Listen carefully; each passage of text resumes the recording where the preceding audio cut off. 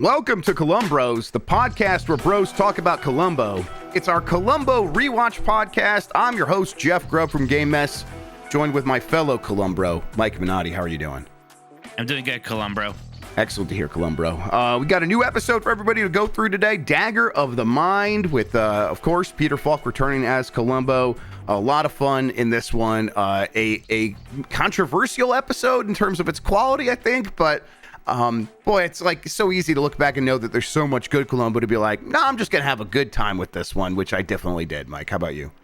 Yeah, there's not too many episodes of Columbo that you could say are gimmicky. There's a formula to the show that they usually stick with, and one of the big pieces of that formula is Los Angeles. Right. And this is like, maybe the only time where he really leaves that area, and he doesn't just kind of leave it a bit. He goes over to England, and there's a lot of kind of fish out of water hijinks that ensue. Part of that, maybe it's a little too cute for some people, but you're right. I do think it's kind of all in good fun. Yeah, it's they're going to play up everything about the fact that he's in London, so you're going to get a lot of very simple stereotypes, which I think some people might have issue with. But I'm from Ohio, and so I'm just like, yeah, this is what you do with English people on TV. Of course it is. So I had a pretty good time with a lot of that stuff, and then very much playing into the Shakespeare side of things. Dagger of the Mind is a reference to Macbeth. Macbeth is a huge part of the story and the themes in this episode. So yeah, I think they're playing around in the space, and they're not going to like leave any of those tools on the table. They're going to use them all. I like it. No, yeah, that's exactly right. And the other thing is, this is one of those longer episodes too, right? Yep. So I think there's a subset of Columbo fans who don't necessarily love when the time isn't that sort of neater 70 something minutes and instead gets closer to that 90 something minutes. Yeah, I mean, clearly Columbo is at its best when it's working with its beats in a very familiar way and knows how to hit them and hit them hard. And here it's like they give themselves a little bit too much time, and so you got to make sure that stuff hits even harder, like in terms of, what is the thing that the people are going to mess up that's going to give Columbo an edge, and that stuff doesn't necessarily come in much stronger than some other episodes. So yeah, we'll get into all of it. Let's break down some of the basics here. Nicholas Frame is one of the characters, played by Richard Basehart. Lillian Stanhope, the other lead, the other killer in this episode, Honor Blackman. Played by Honor Blackman.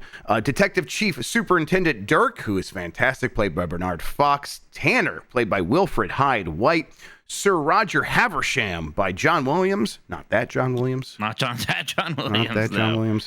We got Joe Fenwick, played by Arthur Mallet.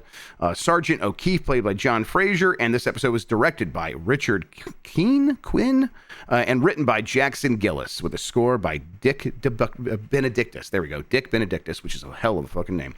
Summary. All right, geez. Here's your summary. A couple playing the roles of Macbeth and Lady Macbeth find themselves falling into a Shakespearean lunacy as they get into a labyrinthine murder cover-up that echoes the roles that they play. We'll get into the breakdown, but first, message from our sponsors. All right, Mike Minotti, Columbro, Dagger of the Mind. Are you ready for the run-through of the story? Hey, that's a Shakespeare reference, that title. Dagger of the Mind is indeed a reference to...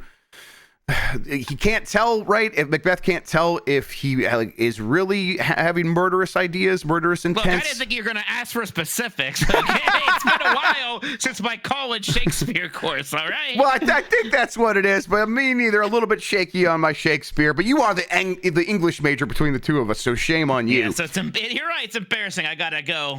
Well, the college is always doing those plays by a bunch of young kids. That's always fun to see a 19-year-old trying to do Shakespeare. Yeah, or you could go to the Royal Court Theatre in London, which is putting on a performance of Macbeth, starring Nicholas Frame and Lillian Stanhope. Of course, now we're talking about the show. Nicholas shows up and buys some flowers while Lillian, inside, is being a real Mike Minotti. I'm sorry, I crossed out and said diva to the director. Wow. And arguing with all of his notes. So immediately setting up some very likable characters here.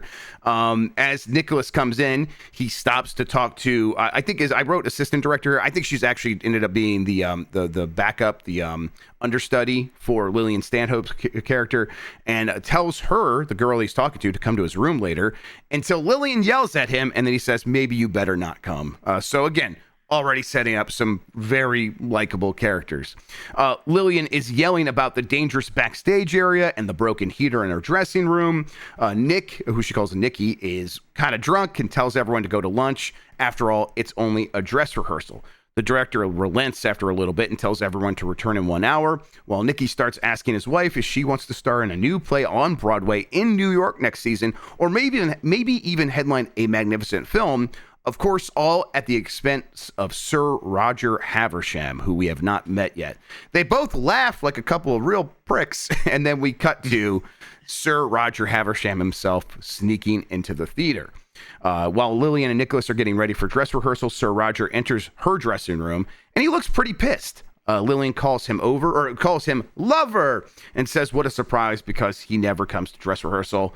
And he says, I think I managed to get in without being noticed. Oh, that's not good for you, actually, buddy. That's usually a bad sign when you say, don't worry, no witnesses. Lillian, no one knows I'm here. Lillian tells Sir Roger not to worry. The play will be excellent and will get rave notices, which is apparently that's what they say reviews in England. But, rave notices, huh? Lillian tells Sir Roger not to worry, and she says that the actors are just children. And at this point, Sir Roger scoffs at that. Clearly, it was something on his mind. Lillian tries to win him over. She could tell he's mad, but you can also tell that she's used to like playing on him. She says she tries to win him over by saying that they should go on a date on Sunday to the symphony and that she just got tickets and her husband will never know. And then afterward they can. But then Sir Roger angrily interrupts to say that he knows they have been using him for his money. He grabs her by the prop necklace, breaking it and sending beads flying everywhere. Wow, I sure hope those beads won't be important. Yeah, the beads and all the yelling and complaining she's been doing. I'm sure that won't come back to bite her in the ass either, and probably not in this next very scene. All right, let's see here. He knows that she didn't buy those tickets. Those tickets she used to talk about for the symphony. She knows she didn't buy those tickets. In fact, he knows that Nick bought the tickets for her. So what's she playing at? Like, and is he in on the playing of him, the husband? It's clear like things have been. We heard them talk about. Oh, we're going to use Roger's money to pay for your roles in New York and in these movies. And he's found out. How he's found out, we don't know. And really, he doesn't like hint at how he's found out. Yeah, so it's not an affair. They are just deliberately using her to get to him for his money and influence. Right. In fact, Sir Roger Haversham makes a point here, being like, "Oh, well, we're going to go." Hang out after our date, and then it's going to end up like it always does, where you end up conveniently having a headache. So it's like wow, she doesn't even put out. She doesn't even put out. What the hell kind of operation is this? All right, let's see here.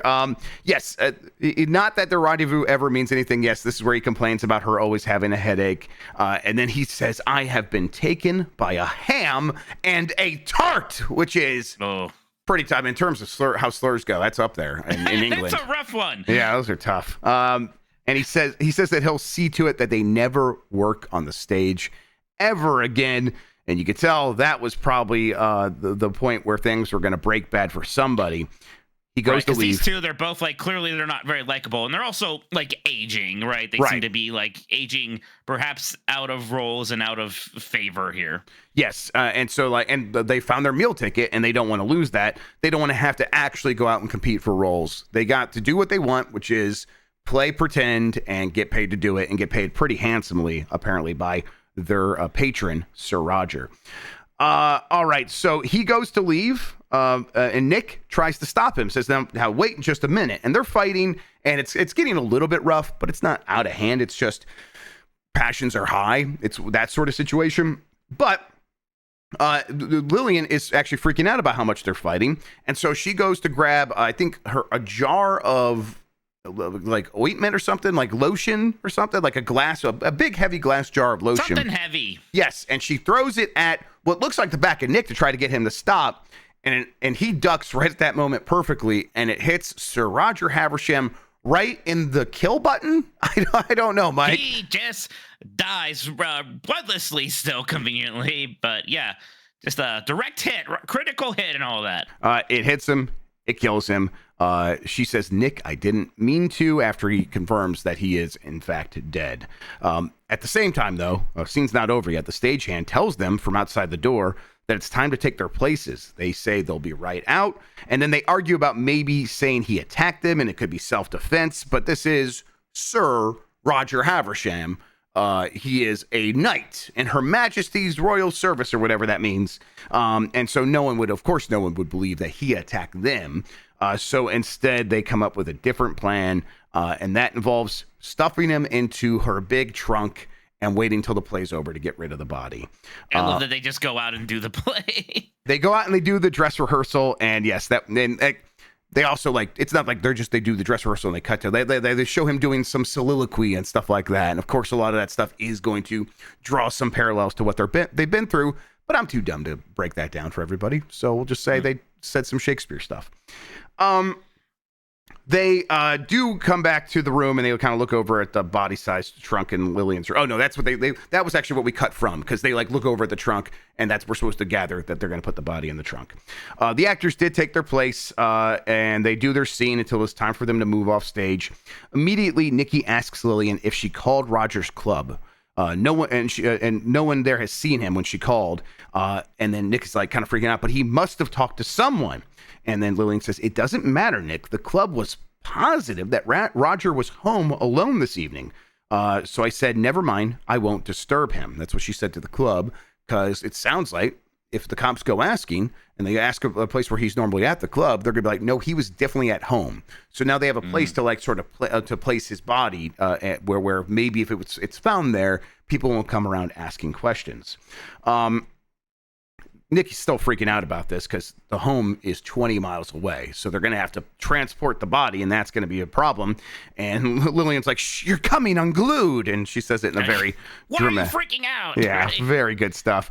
Meanwhile, some banging is coming from Lillian's dressing room. And at this point, I'm like, wait, is he not dead? Yeah, right. But no, it's just Joe, the doorman, who is fixing her heater that she was complaining about earlier. Of course, the heater is right next to the trunk. He wants to fix it now so she won't freeze, but he's going to need to move the trunk. Lillian jumps on the truck to sit on it and says he should just fix the heater tomorrow. We go back to the stage where we see Nikki is doing another soliloquy until the play is done and everything gets shut down. Cut to later that night, the doorman is waiting for Nikki and Lillian to be done because they are the last ones in the theater. They give him money to go to the pub and tell him that they will lock up the place. When he leaves, they grab the trunk and start moving it together out of the theater. They load it up into the world's smallest car. The world's largest trunk in the trunk or the boot of the world's smallest car. It looks absurd, but apparently they must be used to this, carrying this thing around, because they kind of strap it down and everything. And there are no problems transporting the body. It remains secure in the back, but it does look pretty absurd. They take the body in the trunk to his house, to Roger Haversham's house, and they go and replace his coat, his hat, and his umbrella in his closet, so it looks like he never took it to leave. And Nikki finds Sir Roger's study, opens a book next to his reading chair, and sets it back down, opened in the middle of a chapter, spine up, completely spread eagle right there on the table.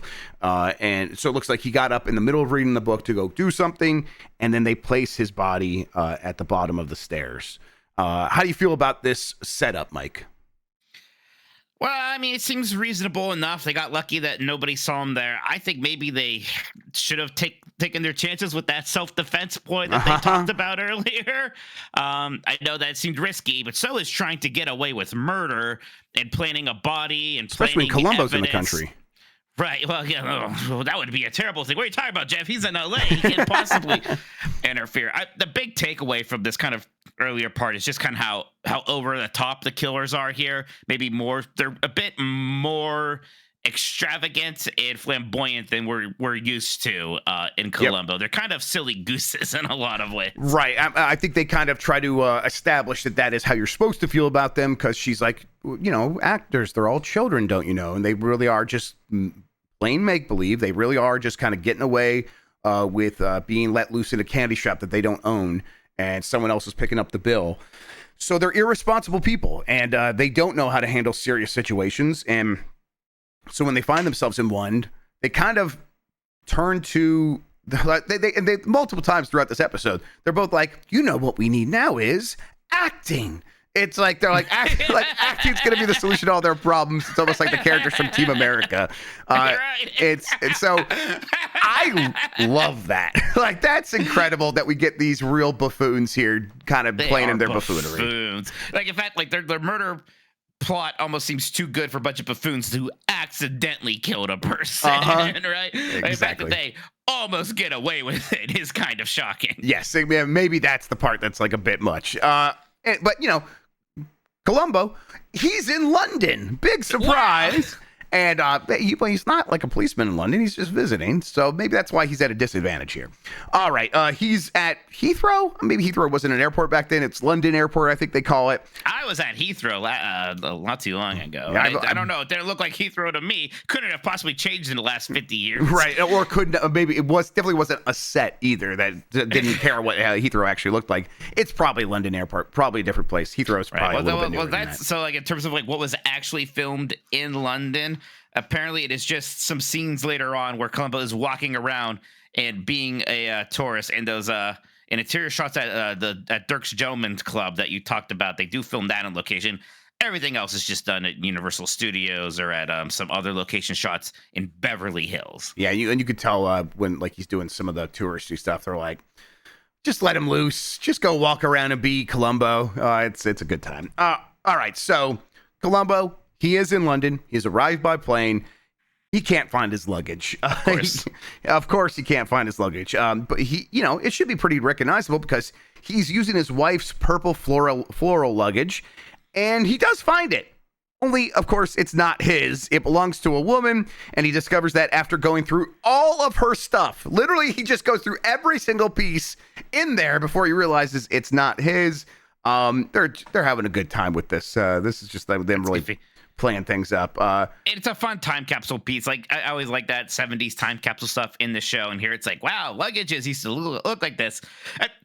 I love like seeing technology advance because like we discover things, whatever. I always love it too when people just didn't think we should put wheels on luggage, right? Like we always had wheels. In our lifetime, it was like we were just carrying suitcases in our hand, like that was in our lifetime, and then, like we finally thought to put the wheels on it. Then like much later, like what if they swiveled? Yeah, what if there was 4 wheels instead of 2 wheels? That would be crazy. And now it's basically just all wheels. Yeah, and it's like, man, we used to just carry these things around like luggage, I guess. All right. Security tells him to produce his luggage stub and to come with them. Of course, I think he lost his luggage stub as well. Meanwhile, other security are waiting for some VIP to arrive at the airport, but he is apparently missing. Suddenly, security and police, Sergeant O'Keefe from Scotland Yard, realize that the bumbling luggage guy is the man that they are waiting for.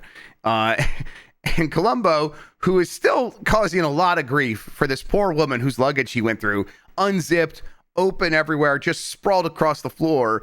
The security police go up to Columbo and say, "Is this woman bothering you?" Incredible. Man used to have rights back in the day. Just incredible stuff. He completely put her out, and they asked her that. O'Keefe is supposed to escort Columbo, though, to London and promises to find his luggage. After all, Columbo is the honored guest of the Scotland Yard. Columbo gets into London and immediately turns on tourist mode when he sees a parade, which was like, that's like a top 5 most exciting thing you could see in the 1970s, right? A parade. If you're a person, yeah, right? Yeah. Like, oh my God, a parade in London? Wow, yeah, that's the greatest thing Columbo has ever seen. You gotta stop the car for that. Yeah, he made him stop the car so he could take some pictures with his brother-in-law's camera, I think he said, or maybe his brother's camera. All right, let's cut to Columbo and the car arriving now at the new Scotland Yard. Columbo, still in tourist mode, is taking pictures. Mike, do we know why it's called Scotland Yard? We were talking about this. We were talking about the baseball game yesterday. I was like, why is it called Scotland Yard? I think I mostly remember that from an old Dennis the Menace cartoon show VHS I had, where Dennis the Menace goes to Europe. I think go ahead. The royal jewels are taken, and like he made a little English friend, and the little English kids, like, because cops were involved, like, we don't call them cops, shit, we call them bobbies, and they must have stopped calling them bobbies shortly after that, because I've never heard anybody, even in England, call a cop a bobby. I think on that same tape he met the Loch Ness monster, by the way. Oh, very good. Incredible. Of course, that's how it worked. Why is Scotland Yard called Scotland Yard when it's based in London, not Scotland. The original address of the Metropolitan Police Headquarters was 4 Whitehall Place. The rear of the building opened up onto a courtyard called Scotland Yard, from which the headquarters took its name. I think that's how it usually works in England too, because there's like Piccadilly Circus is like, I think what the name of like The street. the name of the street, but I think like there's a building there that is the headquarters of their like spy agency, like I think MI5, Oh, and so they're like they refer to it as Piccadilly Circus. So it's like That's where James Bond lives. yeah, basically. All right, so O'Keefe takes him there. We cut to Dirk and Columbo. Oh no, we got to do this first. The detective, Chief Superintendent Dirk, is waiting for Columbo. Doesn't seem impressed by him. First impressions, as usual, not winning over a lot of people, including Detective Chief Superintendent Dirk, who is the superintendent of the Scotland Yard. But he does apologize for things taking so long to get Columbo, but they are also going to have to now take a detour because Dirk's wife, her aunt, or her uncle, excuse me, was just killed. Of course, that is going to turn out to be Sir Roger Haversham. So, How about that? right, what a coincidence. Dirk and Columbo arrive at the house of Sir Roger Haversham. We get some details. He lived alone. He was my wife's uncle, twice removed. I saw very little of the fellow. They go inside and talk to the local constable, who, the local policeman, who says a bunch of British shit that Columbo doesn't understand, and he asks Dirk to translate. Bit. Yeah, of course he did. You gotta do that bit. I appreciate it. By the way, Bernard Fox here, who played Dirk, he's in a lot of stuff. He's in the Andy Griffith Show and Hogan's Heroes. But interesting to me, he was actually the voice of like the chairman of the Rescuer Association Society, or whatever it was called, in the Rescuers Down Under by Disney. Was he really? Yeah, we just did an episode of Rescuers Down Under at 90s Disney, so you can go check that out. There's a Bernard Fox, Columbo, 1 degree of separation here. Hell yeah, I love Rescuers. All right, so as part of the translation of Dirk explaining what the man just said in English, his lordship died of some sort of accident. He fell down the stairs after coming down the steps from his reading room. Just then, the servants brought a beer to the constable, which is just what people do in London, I think. That's just a normal thing. Hell yeah, there you go. Midday beer. Nothing important's happening at work, right? Absolutely not. So Columbo begins to notice things, though, because he starts looking around. Like the poster for the production of Macbeth that Roger is responsible for. He also notices ample liquor in the reading room. The main servant, Tanner, comes in, and Columbo asks why Roger went downstairs, because it was certainly not to get liquor. Well, it turns out that Roger often enjoyed actually to get a late hot cocoa and was considerate of his staff, so he would not necessarily have woken up Tanner to make himself or to make him a cocoa when he could just do it himself.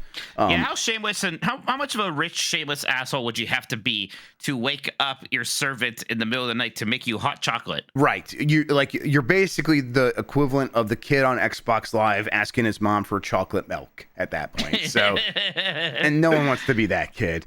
So Columbo also wonders why no one heard anything when he fell down the stairs. And the cook sleeps on the other side of the house, and Tanner sleeps far away in a garden house. Like we see it later, it's like a guest house on the back of the property. Dirk shows back up, and Columbo asks both if Roger was dressed in a smoking jacket or some other kind of comfortable clothing. But no, he was in a gray Harris tweed suit. Columbo notes that seems odd, but Tanner says that might also be typical of the very peculiar, in particular, Sir Roger Haversham. Also starting to get the sense pretty early on that Tanner, equally not impressed with Columbo, but sort of a bit more disgusted with Columbo as this ugly American than Dirk is. Dirk is like, knows Columbo's reputation and seems to factor in that into his estimation of him. Tanner doesn't care about any of that. He just sees some unsophisticated American bumbling around and is already just like, I don't care about this guy.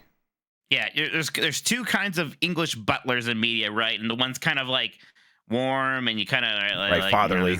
And then there's this one, right? The very discerning, robotic like servant who is disgusted by, like you said, the ugly American. Right. So it was sort of a a level of loyalty to their master that doesn't always seem to like fit with like their position. But Right. yeah, and that comes across here. And of course, doomed to be a suspect, right? The butler did it is, the classic cliche. That's right. But Columbo also couldn't help noticing that it's weird that a man with such an impressive and well-kept library would bend a book backward and lay it face down on his table.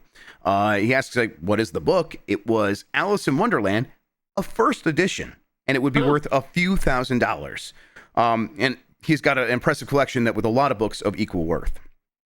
But Columbo's like, well, bending like that would break the spine, and I think he would know that. Also, Columbo doesn't see his reading glasses anywhere. So they ask Tanner about it, and his glasses were in his breast pocket. Columbo asks, so were they smashed? And Tanner said he didn't notice. No one had noticed. So it's something they'll have to check on later.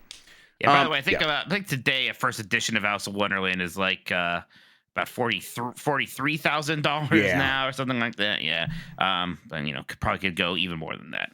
Right. So if you have a library of books like that, that's a treasure right there.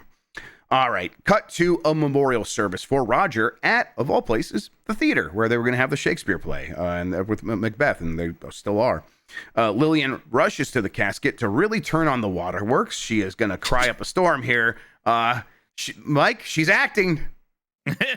She's like so close to just being Patrick Stewart in Extras, whatever that was. Right? Yeah. Oh my God. Yeah. Just like acting. Oh, that was Ian McKellen, I think, even or whatever it was. But yeah, Patrick Stewart's the one who could see everything. Yeah, that's all right. I've already seen everything. God, that's right. The press is there taking pictures, and so she's really hamming it up for them.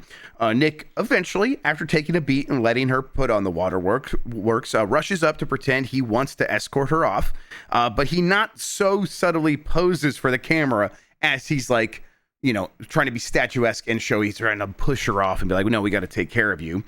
They walk 10 feet and then he gives an interview to the press about how Sir Roger wanted a memorial like this and how he would have turned over in his grave if Macbeth didn't open tonight the way it was always supposed to. The show must go on. During this, Nikki is also consoling the assistant or the understudy, the blonde from earlier, and he's barely concealing that he's actually just the Tex Avery wolf, desperate to yell "Awooga." Yeah. Very blatant there. It was like again a lot of like over the top, like almost acting. Although in this case, it's like he wasn't acting. He's supposed to just kind of be that guy. Columbo shows up at this point to offer a tissue to Lillian, who's still crying off to the side, sitting off to the side now. She explains that they were dear friends with Sir Roger, and he came out of retirement to produce this lavish production. Columbo asks for tickets and explains he's a cop from L.A. who is tagging along with Detective Dirk. Lillian looks a little panicked that the superintendent of Scotland Yard is at the wake. Columbo and Dirk connect again, and Dirk says he requested a look at the glasses and an autopsy, kind of like, hey, Columbo, you made me a little bit curious. I feel like we should do this. But Columbo, of course, congratulates him on having such a great idea that he, of course, came up with on his own. Columbo also knows how to play people, right? Yeah, Columbo does not have an ego of any kind, which is always a great service to him. Right. He knows the best way to kind of get some things done is usually make other people feel good about coming up with it. But Lillian overheard the entire conversation. She was like hiding behind the curtains, and she immediately runs to tell Nick what she heard. And let me tell you, these two actors don't know shit, is what I wrote down here in my notes, Mike. This is a really incredible scene because it's they think someone must be talking to them about the police, even though they're pretty sure no one knows Roger was at the theater that night. Lillian thinks it is Miss Dudley, who is the understudy, the blonde. Nick says, I can handle her. And Lillian says she'll rip his dick off if he does. And I think I don't think that's a note. I think she actually does say that, right? I think it's pretty close. Yeah. Oh, God, these two. Then she's like, why don't you know what it means that the Scotland Yard guy was here? And why don't you know what an autopsy will show? And then she yells at him, if you had taken that part in the Agatha Christie play like I told you to, you would know these things. Right, yeah, not like if you had read a book or something. No, yeah. If you had played. If you had just acted more. Oh, these two are dipshits. I thought the scene was very funny. Very good stuff. Cut to Columbo taking pictures of all of the most famous shit in London. Just really, this is one of the little montages they do with him actually on location. Also, him and Dirk are becoming best friends. They basically look like they're out like arm in arm, dancing around, having a great time. And then they go to that fancy club we mentioned earlier to finally feed Columbo, who had been doing so much touristy stuff. He hadn't really had a meal that day. So they bring out a lot of food. And Columbo is happy it's not just those little sandwiches he thought he would get at a fancy club. The club server says, "Why do you think we keep the ladies out, sir?" to Columbo. And Columbo's like, what the fuck are you talking about? It's like, he does not. He's like, what is that supposed to mean? And what does it mean? Mike, I think it means so they don't get fat. I think that's what it means. Only men are allowed to get fat in Yeah. England. Otherwise, Mike, I have no idea what that could possibly mean. Just cucumber sandwiches for the ladies. Here's some pickle brine and just drink that. But yeah, so they're at this fancy club, and they do bring out a lot of very tasty looking food. But at that moment, because this is where people like this hang out, the autopsy surgeon shows up and delivers the news that the body was definitely moved to the steps after he was killed, and the bruises look like he was in a fight. To kind of prove his point, the autopsy guy says, here is some liquid from the dead corpse. And here are a bunch of pictures of the dead corpse, as Columbo keeps reaching for food and the guy keeps shoving it in his face. And so Columbo each time is like, well, okay, he's trying to look away. But the guy's really getting up in there and keeping Columbo from enjoying his lunch. Good bit again. Yeah, at least he won't get fat. There you go. Be like the ladies, Columbo. Come on. All right. Cut to Lillian and Nick show up to Sir Roger's home and talk to Tanner. Nick says something has been bothering him. They have a story. Nick says he lent an incredibly valuable copy of Macbeth to Roger. It belonged to actor Sir Henry Irving. It has notes from Irving, and it is the most valuable thing that Nick owns. And he doesn't want the tax people to seal it up with Roger's other belongings. Tanner says he'll help Nick find it, but Lillian says she can't go in the house because she's so sad. She immediately... Oh, she's just so sad. She's so sad, Mike. So they go inside, and she immediately makes a mischievous face and walks off because she solved another problem with acting. She just can't believe how good her acting is. As she does, Columbo and Dirk arrive by car at Roger's home as well. Those two notice Frame's car. They also tell the servants to stop cleaning things like Sir Haversham's car. They want to examine the premises without anything having been touched. Columbo goes over to look at the car and notices something. He asks the servants if they cleaned the car yesterday before the murder, and the servant confirms he cleans the car every day. Columbo, that's excessive. Every day, my goodness. Every day. It's probably not good for the car, especially back then. The paint would not have been as good as it is today. That shit would wear off. And it's London. It rains all the time anyways. Exactly. Columbo definitely saw something, but he walks away thinking, about it instead of immediately telling us about it. Meanwhile, Dirk informs Lillian and Nick that Roger was indeed murdered. So they, and I did write this note down here, they act their butts off. Gasps, right. And oh my God, oh dear me. But also Nick says he can't find his book. And Tanner says it's not upstairs either. Dirk's like, wait, what book? What are you looking for? Nick plays it cool and says it's not important, right? You gotta make him curious, right? For some reason, make me think of the one scene in the room. Remember Michael in the room? He's telling he's like, I was trying to be like, oh, I'm trying to find my book. I can't find my book. and she had MeUndies. That's very, very similar energy. Absolutely. Yeah, the MeUnderwears energy. Yeah. MeUnderwears. That's right. Man. MeUnderwears. Underwear, man. What's that? This is the underwear brand that he actually launched after the movie. So Dirk asks what they're looking for. Nick tries to play it cool, says it's not important. Dirk demands to know, and Nick explains, all right then. Explains it's the Irving copy of Macbeth, as Columbo sidles up and overhears that at the same time. And Dirk says, and now you say you can't find it? Do you hear that, Columbo?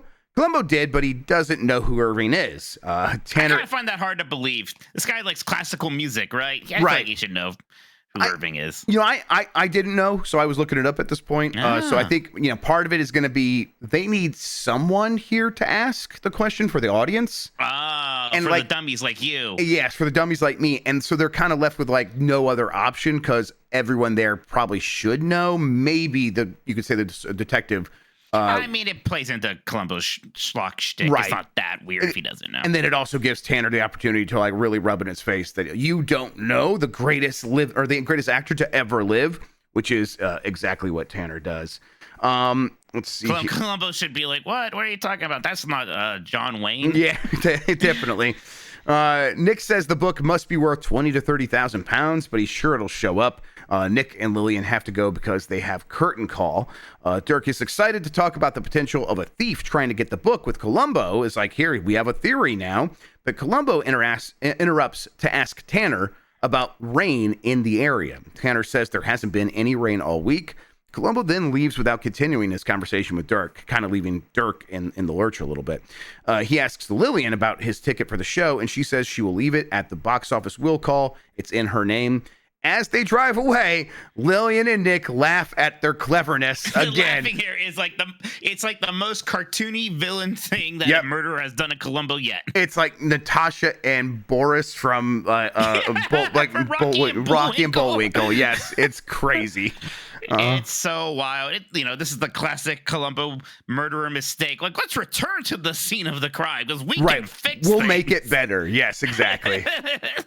Cut to opening night of the play. Columbo exits with the audience to congratulate the cast as the show is ending. He finds a bit of necklace that Lillian broke the night before, a little bead that was out in the hallway. He then talks to Nick about the book, which they still haven't found. Dirk seems to think there was a robber in the house. Well, that could explain things, says Columbo. Or no, that could explain things, says Nick, like being like, again, trying to help, trying to play it cool, not jumping to conclusions. Like, well, that could explain things, I guess. Columbo's being like, I don't think so. No, that doesn't sound right to me. Because if you killed him and took the time to move the body, why would he just take one book with all those beautiful things around? Back over, and this scene is like cutting back and forth between these conversations between him and Nick and Lillian. We go back over to Lillian. She's been wondering how he knew about her fight with Nick. And Columbo says a man in overalls mentioned it. And Columbo didn't mean to pry. He was just asking about the rain because there were rain spots on the hood of the car. And cut back to Nick, who's like, oh, you mean a bonnet? A hood? No, we call it a bonnet. There's some fun English stuff there. This goes back and forth. Columbo says that maybe Roger knew Lillian better than he knew Nick. And if you get what I mean, and maybe Roger came by to wish Lillian luck, but she says she didn't see him. She keeps insisting, no, I didn't see him. But they tell Columbo a story about how they fought over Nick, looking at one of the young girls, and so she struck him, and he struck her back. And they both tell the story, but it like explains some of the things that maybe Columbo's been hearing. Eventually, Nick roars back at Columbo. He's getting frustrated, and that he must have let just having watched Macbeth get to him, and now he has the idea of murder in his head. Columbo calms them down and says he's impressed by the couple's relationship. After all, when Columbo and his wife try to remember events from the day before, they never agree on anything. But Lily and Nick not only agree, they use almost the exact same words. And it's like right there. Like, of course, Columbo already suspected, but that's right there is kind of a dead giveaway, Yep. and it's almost he's kind of even letting him know that he knows now. Yeah, it is. And it's kind of a silly mistake, and it's one that you can see these childlike actors making. Like, well, we have our story straight. We have our story so straight. Yep. Nobody's stories have ever been straighter. Right. We in their memorized lives. our lines. Like, of course we know Yeah. what to say. And going back to like showing up at the house, like as Columbo is beginning to kind of piece stuff together, and then he's like, what are these two people doing here? What is this story they're telling? Like, it's all going to just kind of lead him down this path pretty cleanly. All right, we got another cut to Lillian and Nick leaving the theater and the stage doorman helping them get in their car. The doorman from earlier, the one that was trying to fix the heater. That's when Nick notices Joe's umbrella. Only that's not Joe's umbrella. And they realize that they put Joe's umbrella in Roger's closet. And now they have a big problem, right? Yeah, that's just incriminating evidence that they accidentally planted at not the scene of the crime, but where they moved the body. So, yeah, it would directly link them there. Cut to Nick enters the pub and hangs up his coat and tries to find the umbrella because he's like, okay, where is Joe? We know Joe goes to the pub after the shows, but Joe's still holding it and he doesn't want to let go of it. He's very careful with it, he says. They get a few drinks in. They're playing darts. Nick challenges Joe. Joe finally begins to feel comfortable and hangs up the umbrella. Eventually, Joe is drunk enough that Nick leaves him at the bar and is able to grab the umbrella and hurry back to the car where he and Lillian drive off with the umbrella in hand. Joe leaves the pub in the rain without an umbrella, and Columbo is waiting for him. Columbo wants to know about yesterday, the day of the murder. He's the one person he's not been able to talk to all day. Joe says he's never seen Sir Roger Haversham on the day of dress rehearsals, even once in 20 years. Columbo wants to go someplace to try to talk. Joe starts complaining that someone stole his umbrella, and he was just telling Nick that there is no honor left in this world. Nick, so that this clues Columbo into the fact that Nick was in the same pub buying everyone drinks at that moment, and then your umbrella. It's kind of incredible here how like Joe's like tone with Columbo very different than he was when he was with Nick earlier. When we've seen him before, he kind of seems like a nice person, but very grumpy. Doesn't want to really talk to Columbo. Is kind of upset about the umbrella. Maybe also just doesn't want to talk to this American stranger and maybe even a cop. Yeah, and it's you get the sense that like that niceness is likely reserved for famous actors and producers, people who spend money at the theater, things like that. So it's not going to go very far with Columbo. All right, so we got to go back to Rogers because Nick and Lillian show up there yet again. Nick, this time, lures Tanner away to the sunroom to look for the Irving book so Lillian could put the umbrella away. But everything is already taken away from the closet, so she doesn't know what to do with it. And then Tanner and Nick return pretty quickly, so she has to hurry back out still with the umbrella in her hand. They're not able to like pull off this little maneuver. So she asks for a drink and to find a hat herself, but Tanner says the police said no to removing anything else, and they were pretty insistent on that. Besides, all of his stuff is gone. The Wax Museum picked up his clothing today, including his hat and umbrella. Gotta say, that's pretty fast the day after the murder, right? Yeah, right. They're moving pretty fast. The Wax Museum, of all people. Like, just to like, I'll let people know, all of this happens in 3 days. Like, so it's like one day the murder happens. The second day, all of this is happening. We'll get to what happens on the third day. Well, this must be the third because, like, the funeral was yesterday, right? Yeah, but I think this is later that night after. Oh my gosh, you might be right. Because, like, it's really it's weird. This is like the weirdest part about the episode is that so much happens on each of these days. It's kind of hard to believe. So let's see here. He explains what's happening. That the Wax Museum took all the stuff away. And let's see here. And after talking to Tanner, Nick and Lillian drive away, and they nearly run into Columbo, who is also arriving at Roger's home. Columbo goes in to talk to Tanner and says he wants to ask about an umbrella. Tanner tells him to come with him. Cut to Nick and Lillian breaking into the Wax Museum. They get startled by the wax likeness of Sir Roger Haversham, and they knock him off the shelf. We're going to cut back to Dirk shows up at the Wax Museum where Columbo and Tanner are waiting for him. Columbo, it says, it's been bothering me. Whoever arranged that scene at the bottom of the steps must have known the house well and Sir Roger's habits. They go into the basement to look for the umbrella in the Wax Museum, like among the stuff. And it turns out it is the correct umbrella that does indeed belong to Sir Roger Haversham is with all that stuff. Columbo clearly is confused. He says he's confused and says this is impossible, but both Tanner and Dirk confirm it. They look at the umbrella like, we know that's his. That's 100%, Sir Roger Haversham's. Columbo again says that's impossible unless somebody, Tanner, who else has been asking about the umbrella? Tanner says no one. And Tanner doesn't even bring up, because they didn't ask about the umbrella, Nick and Lillian when they were at the house, but they are definitely behaving in a way that is notable at the very least. Tanner doesn't mention any of that at this point, right, Mike? What were you thinking in that moment? Is this just like he doesn't like Columbo? No, it did feel like Tanner was up to something because you're right. He's not forthcoming at all. He is being truthful. They didn't ask him about the umbrella, but they are clearly being weird. They keep showing up to the house and, talking about this, my book. I got to get my book and all this other stuff. Yep. Columbo's like, are you sure no one asked about the umbrella? Maybe someone who arrived at the house right before I did? Because Columbo says there was a sports car that pulled out of the house that I almost hit right by the house. And maybe someone then was asking about the umbrella, but Tanner says we have a lot of English cars in England. Being sassy now. Real that sassy butler energy, that really coming at him. In fact, I wrote, "Dude is a real sassy bitch." That's what I wrote here.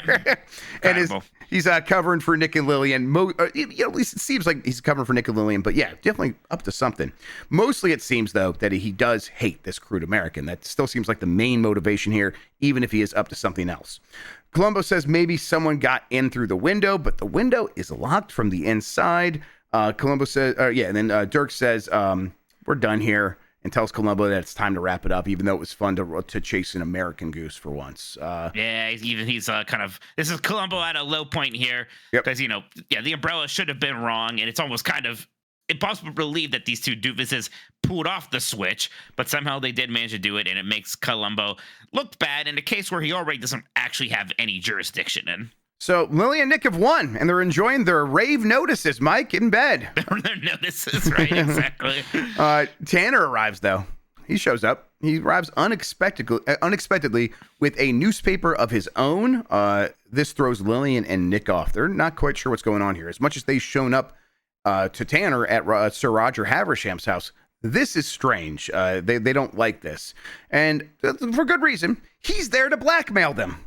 That's what's going to happen next. He is the one that told Sir Roger about Nick buying the tickets to the Covent Garden, the Symphony, for Sunday, and he helped Roger realize that Lillian and Nick were taking advantage of him. Now Tanner is here to get his future employment from Lily and Nick, and by that, money to not say what really happened, and in exchange, he will be quiet about the umbrella and the murder. I can kind of see, I definitely get, his motivations here of, I am the key to all of this. I hold the cards. I can get paid, except for they killed someone. Yeah, and I mean, I don't even see it as he wants a handout. I think he literally I want to be your butler now, right? Because I want my regular old master's payment. Dead. Yes, but because you killed him, and it's a dumb thing a lot of people do in Columbo. It's we're gonna make a deal with the murderer, and it's a good thing. It's well, I know. But the problem is, now they know that you know, and nobody else knows, right? Yep. So how do you think they're going to solve this little problem of theirs? Yep, and want to solve it? And he's definitely kind of playing a little bit coy and trying to have a little bit of a power move by because they ask, "Hey, what do you want?" And he's like, "First, I just want to make you breakfast. I brought you croissant, and we're gonna go make some breakfast first, and then we'll talk about all those silly little details." Right. So you get the impression that Lily and Nick can't really afford this, anyways, right? Right. Yes. So that's why they were taking advantage of him in the first place. They're like, we can now write our own ticket because we had such success here, so we are good, but not so good that we're gonna be able to afford to pay a butler every month forever. All right. Let's see here. Cut to Dirk and Columbo still hanging out. It's just another little montage. They wanted to get their money's worth for going to London, so we just see them hanging out a little bit. I don't think anything of note happens here that I remember. I think it's just gotta stretch out that screen time a bit for these longer episodes. Yeah, that extra commercial break that was probably in there, right? Yeah. Mm-hmm. All right. So then we once again cut to Lillian and Nick buying a bicycle and clearly planning to take care of Tanner. Yes, he blackmailed murderers. What did he expect? Meanwhile, at Tanner's cottage on Roger's estate, Nick is waiting for Tanner to return to his own home. Tanner has a bag of books stolen from the house. The idea is that they will sell these books to pay for Tanner's blackmail ransom. But the real idea is to plant these books on Tanner to frame him for the murder because Nick kills him and stages Tanner's death as a suicide. I mean, it worked so well the first time, Mike. The staging of a death. Why not go for it twice, Right. I mean, yeah, they can act it out the first time. He's got to act it again. Columbo is reading a newspaper that proclaims the butler did it. There it is. And it's time to go back to America. After all, they found his suitcase. But before they make that trip, Columbo wants to make one more trip back to the wax museum. They warn him he's going to miss his flight, but he's like, no, we'll make it quick. It'll be fine. Yeah. A lot of fun stuff here, but yeah, the false ending, and it seems to kind of put Columbo out, they're going to get away with it. I also like the idea of the wax museum being somewhat prestigious, yeah. Right? Prestigious. I was at a wax museum not too long ago in Hollywood, and, it's an attraction, and everything that means. Yes, and again, it's parades, top 5, the other thing in that top 5 back then, probably a wax museum. Like, oh, Right. yeah. Could you imagine not seeing an actual famous person, but wax that kind of looks like them? Right, yeah. So, wow, How incredible. So exciting. Yeah, we are back at the wax museum now, and there are huge lines outside because Huge lines for this.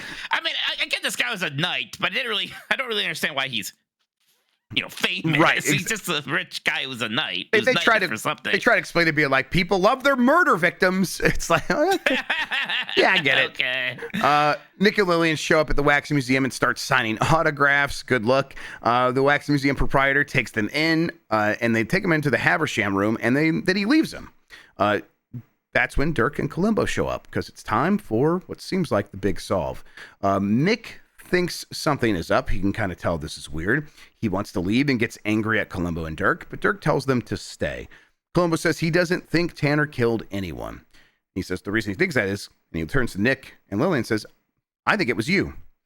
Haversham It's always was so satisfying, that moment where he just comes out and says, yeah, you're the murderer. right. It's one of the better things about Columbo is you know that moment's going to come where he just says it plainly, says what he's really thinking. A lot of shows, in all kinds of different genres, there's always so much held in dramatic irony where the audience knows maybe one character knows, but the rest of the cast doesn't. This moment is always so satisfying. Absolutely.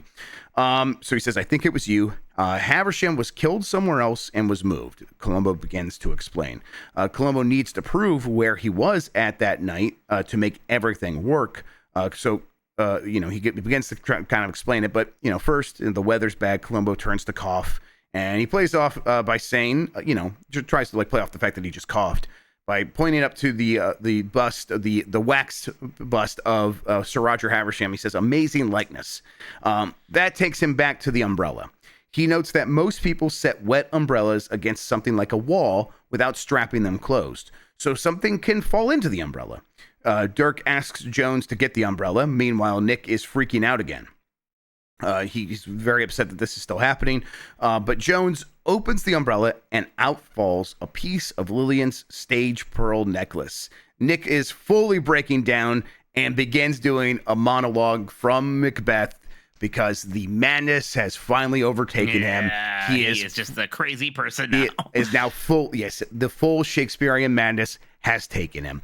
Jones says he'll testify that no one else touched the umbrella. And again, Jones is the proprietor of the wax museum, and no one could have planted that pearl. Lillian begins to confess. She says that Nick didn't mean to start fighting with Roger, and Roger was killed.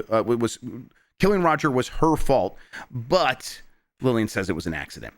Dirk has his team arrest Lillian and Nick and takes them down to Scotland Yard. Dirk wants to know how Columbo knew the bead would be in the umbrella. After all, the odds were impossibly low that one of those beads would have happened to fall into the umbrella. Columbo says he learned a trick in school to get girls' attention. He coughs again, just like he did before. And again, he says amazing likeness as he turns away. And this time, we see that he is able to fling a bead from his hand with his thumb directly across the room and right into an open cup of a statue,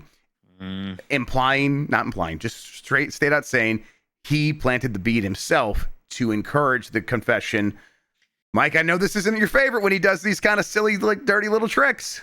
No, that's an illegal thing, I think. Actually, I don't think you can plant fake evidence to get a confession for a murder.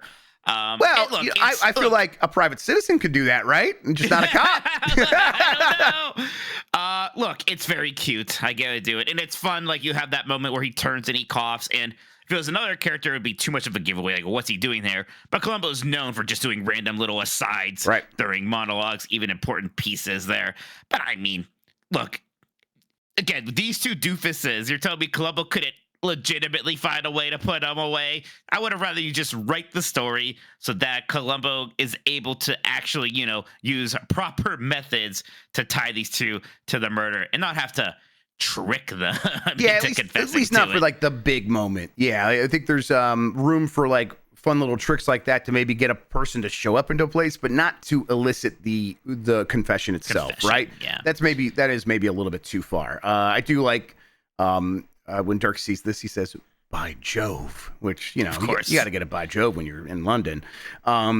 But yeah, I appreciate that distinction here of like, this feels like not in line with Columbo's character as at least we want him to be. Kind of the ideal detective who is able to get all these things in a way that is on the up and up, but still very fun. Very fun throughout like this whole episode, in an episode that is a little off kilter, a little offbeat, very different in some ways. Kind of give them a little bit more of a leash because it's like this was supposed to be an event episode, and it seems like they focused very much on the event side of things, and the story itself was a little bit more haphazard. Yeah, I think that's right. Like so some people like are kind of like very strongly against this episode. I do think there's a lot of it that is fun. I kind of appreciate the over the topness of the killer. Sometimes it does kind of make their position as a worthy adversary for Columbo a little ridiculous, though. Yes, I think if they had to do it over, I think playing up the disadvantage that Columbo's at, not being an actual policeman, not being able, like, having to manipulate the police to, like, do the autopsy and stuff, that was like a start there. There should have been maybe a little bit more of that, of like, okay, because he definitely knows these people did it, but he can't just come out and say that, because that would actually maybe detract from the chances of them getting caught, because they'll be like, oh, this crazy American and his theories. So yeah, I think they probably could have played it up as like, oh, Columbo's playing against the system more than he's playing against these murderers, and they only sort of gesture at that and don't fully come through. Now, in terms of people being against this episode, I think in hindsight, it's so much easier to accept that. So it's nice to come at it from that perspective for me, where it's like, I know we're going to return to the basic formula. And so having these deviations from the mean kind of makes the formula more special to me when we do go back to it. Having this exception is like, here's what a different take on Columbo can look like a little bit. Isn't that fun and weird? And we played up the fun and weird. So again, I can accept that pretty easily for me personally. And I'm happy to get back to the regular way of things here pretty soon. And I know some great episodes are coming up with some great killers and great stuff. So it's like, there's plenty of great stuff to look forward to. Right, that's exactly right. Like, we're fast approaching, the Leonard Nimoy episode, which is exactly absolutely one of my favorites. Yes. Yeah, so for sure. I mean, it's funny. We're still, this just puts us halfway through season 2, so there's still so much more Columbo to go here. That's right. So we have our ranking of episodes, Mike. Where do you want to place Death or Dagger of the Mind? Yes, Dagger of the Mind. Let me read through these from bottom to top first. Please. For everybody. So from our least favorite episodes so far, there's no episodes of this show that I dislike so far, by the way. Same. But our least favorite episode, Dead Weight, then Short Fuse, Death Lends a Hand, The Greenhouse Jungle, Blueprint for Murder, Lady in Waiting, The Most Crucial Game, Etude in Black, Murder by the Book, and Suitable for Framing is at the top right now. Now, this is still probably going to be lower on the list for me, Jeff. I don't think I like it less than Dead Weight, which is our current bottom one there, which again is not a bad episode, right? Per se. Dead Weight, that's the one with the boat and stuff. Yes, that's the one with the army guy with his fancy gun and the boat. Yes, I still like that episode, but I do like it the least still, even after this. But I think I probably just put this above that. I don't know if I put this above Short Fuse. Right, Short Fuse is that's the one. Oh, right, with the bratty kind of guy who confesses in the sky bucket thing. Yeah, I could maybe put it above Short Fuse. I don't feel too strongly about Short Fuse, but yeah, okay, that's. I think this is almost more memorable than Short Fuse. To me. Maybe that's the killer, right. The killer's fun in Short Fuse because it's that guy who played the character from Planet of the Apes. Right, that's fun. Roddy McDowall, yes, and but otherwise, I like him. I like him a lot. But you're right. This one is more memorable overall. And I think a big part of it is that the characters really are the murders are giant hams. And their bit of we're going to act our way through this really gets me. It really gets me a lot. So not better than Death Lends a Hand, though. No, it's not. No. So, yeah, I think we could put it there, maybe. All right, let's slot it in. That is a Dagger of the Mind. All right. There you go. Now, for the Killer Hall of Fame, the way we do it is we have 3 killers at any time. And the only way to get in there is to knock one out. So at the moment, we have Dale Kingston, who is the one from Murder by the Book, right? Oh, no, that's one from Suitable for Framing. And then Ken Franklin, Murder by the Book, and Beth Chadwick, who is Lady in Waiting. Lady in Waiting. That's right. Okay. Are we going to knock anyone down for Lillian Stanhope and Nick Frame? No. Although was that what we were doing? I thought we had like different ones for different seasons of what we were doing. Oh, you're right. Okay, that was right. That was the Hall of Fame for the first season. You're right. That's why we have these other two down here. Okay, that's right. Okay, so yeah, our current season is Paul Hanlon from The Most Crucial Game, and then Jarvis Goodlin from The Greenhouse Jungle. So locked in for the first season was Dale Kingston, Ken Franklin, and Beth Chadwick. That's so right. We're 3 episodes in. We can put these two up there right now. Yeah, it's kind of hard because like they're so goofy, so they're definitely memorable. They are very goofy, and it's almost hard. It's almost hard to take them seriously in some ways. I mean, we could put them up there just to have somebody to knock down. Sure, that's right.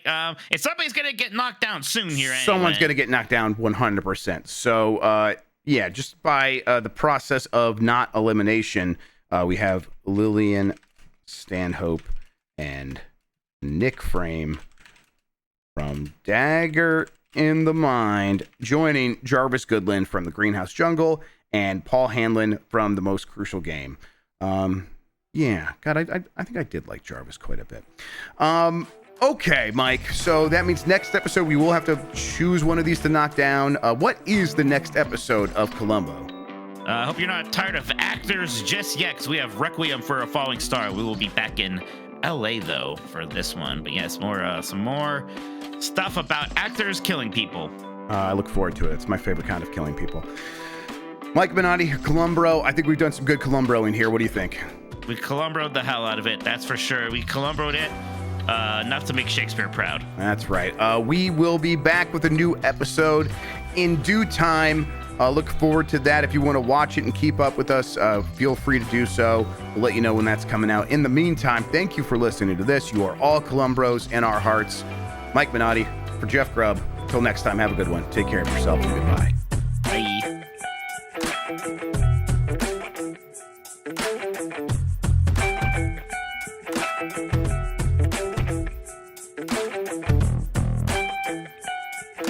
Bye.